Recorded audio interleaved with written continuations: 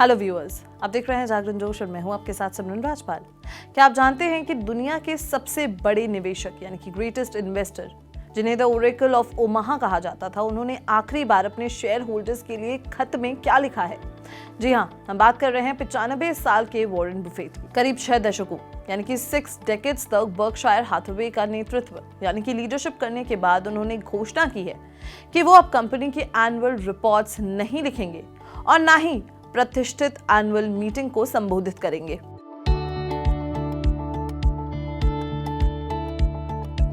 मगर क्या आपको पता है, क्या इस आखिरी खत में सिर्फ मार्केट फोरकास्ट्स और स्टॉक स्ट्रैटेजीज की बात हुई है या फिर जिंदगी और सफलता के कुछ गहरे राज छुपे हैं? आई एम गोइंग क्वाइट कहकर बफे ने आखिर क्या इशारा दिया? उनका निवेश का वो कौन सा प्लेबुक है जो हर निवेशक को हमेशा याद रखना चाहिए? और अंत में उन्होंने अपने उत्तराधिकारी यानी कि सक्सेसर ग्रेग एबल को क्या जिम्मेदारी दी है?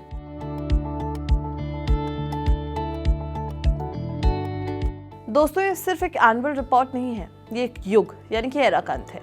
बफे ने अपने इस नोट को फाइनल फ्यू थॉट्स का नाम दिया। उन्होंने विनम्रता, आत्मचिंतन और अपने खास मजाकी अंदाज यानी कि कैरेक्टरिस्टिक ह्यूमर में लिखा, I will no longer be writing Berkshire's annual report और talking endlessly at the annual meeting. As the British would say, I am going quiet sort of. अब इसके ऐतिहासिक महत्व को समझते हैं यानी कि हिस्टोरिकल वेटेज। 6 दशकों तक उनके एनुअल लेटर्स को पूरी दुनिया के निवेशकों द्वारा अध्ययन किया जाता था। ये लेटर्स फाइनेंशियल ज्ञान और नैतिक स्पष्टता यानी कि मॉरल क्लैरिटी का अद्भुत मिश्रण होते थे।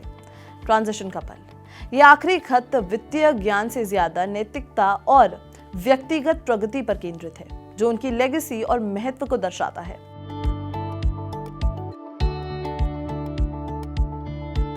हालांकि बुफेट ने इस आखिरी खत में स्टॉक स्ट्रैटेजीज पर ज्यादा चर्चा नहीं की, लेकिन उनके पूरे जीवन के निवेश सिद्धांतों को यानी कि इन्वेस्टमेंट टेनेंट्स का सार इसमें मिलता है। ये प्लेबुक हर निवेशक के लिए टाइमलेस है। सबसे पहले आता है इसमें वैल्यू इन्वेस्टिंग। उनका सादा सा ये सिद्धांत रहा, buy businesses not just stocks at a sensible price. मतलब आप सिर्फ कागज का टुकड़ा नहीं खरीद रहे हैं, बल्कि आप एक व्यापार का एक छोटा सा हिस्सा खरीद रहे हैं। निवेश हमेशा कंपनी की असली कीमत और उसके भविष्य को देखकर किया जाना चाहिए। लॉन्ग टर्म फोकस की अगर बात करें तो उन्होंने हमेशा पेशेंस यानी कि धैर्य और लंबे समय तक यानी कि इनडेफिनेटली अच्छे एसेट्स को होल्ड करने के महत्व पर जोर दिया है। ये कोई जल्दी अमीर होने की स्कीम नहीं है, ये समय के साथ विश्वास बनाने की कला है।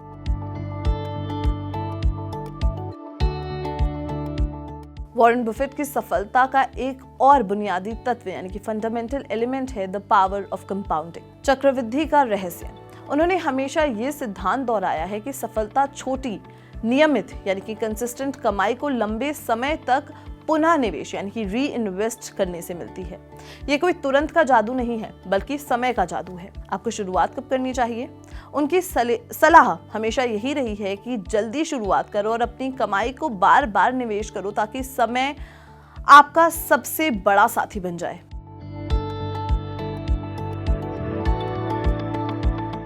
बुफे के एंड्योरिंग फिलॉसफी का एक सेंट्रल पेयर है द मोट प्रिंसिपल, खाई का सिद्धांत। इकोनॉमिक मोट क्या है? जैसे पुराने किलों के चारों तरफ खाई यानी कि मोट होती थी दुश्मनों से बचने के लिए, वैसे ही व्यापार में भी एक इकोनॉमिक मोट होना चाहिए। ये वो सस्टेनेबल कॉम्पिटिटिव एडवांटेज है जो कॉम्पिटिटर से प्रॉफिट को सुरक्षित रखता है। मोट का उदाहरण देखते हैं। ये मजबूत ब्रांड कम कॉस्ट का फायदा यानी कॉस्ट एज या नियमों के कारण बनाई गई बड़ी रुकावट हो सकती है। बुफे हमेशा ऐसे बिजनेसेस की तलाश में रहे हैं जिनके पास गहरी और मजबूत खाई हो।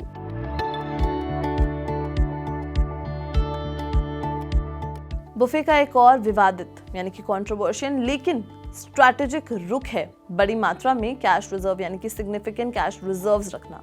कैश क्यों जरूरी है? जब कई निवेशक कैश को लेजी मनी मानते हैं, बुफे इसे एक strategic option on the future मानते हैं।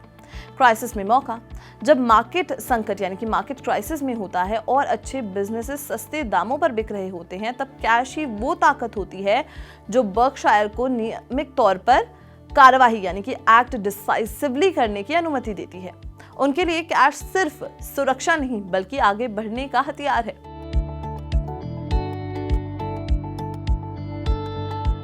अंत में बुफे ने अपने उत्तराधिकारी यानी कि सक्सेसर के बारे में पूरी स्पष्टता दी।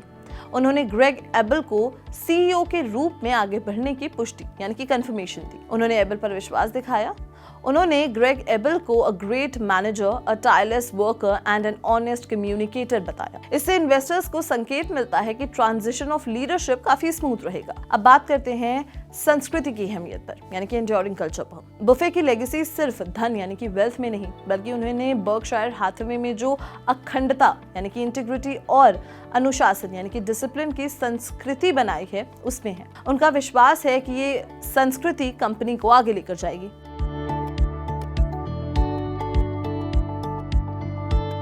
हालांकि ये इन्वेस्टमेंट पर केंद्रित प्लान है, हम बुफे की आखिरी शिक्षा को छोड़ नहीं सकते, जिंदगी सुधारना। उन्होंने कहा, it is never too late to improve. अपनी गलतियों से सीखो और आगे बढ़ो। पिछली गलती यानी कि पास्ट मिस्टेक के लिए खुद को कोसना नहीं चाहिए। फिर आता है सच्ची महानता यानी कि ट्रू ग्रेटनेस। उन्होंने धन और प्रसिद्धि को छोड़कर व्यक्तित्व यानी कि कैरेक्टर को महत्व दिया। Kindness is costless but also priceless. Arbitrary का नियम, उन्होंने सलाह दी कि अपनी ऑर्बिटरी यानी कि श्रद्धांजलि में आप क्या लिखवाना चाहते हैं, ये फैसला जल्दी करें और उस जिंदगी को जीने के लिए लायक बनाएं।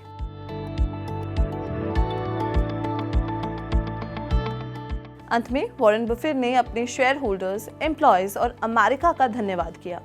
इसकी शुरुआत और अंत दोनों में ही उनका खास अंदाज झलकता रहा। एक तरफ गंभीरता यानी कि सीरियसनेस और दूसरी तरफ विनम्रता यानी कि ग्रेस। उनका ये आखिरी खत सिर्फ बर्कशायर के लिए नहीं बल्कि हर उस व्यक्ति के लिए है जो सफलता की राह पर चलना चाहता है और जीवन शांति से जीना चाहता है। उनके इस फाइनल खत पर आपका क्या कहना है, हमें कमेंट सेक्शन में जरूर बताएं। और अगर ये वीडियो पसंद आई हो तो उसे लाइक और शेयर करना बिल्कुल भी ना भूलें और देखते रहें जागरण जोश।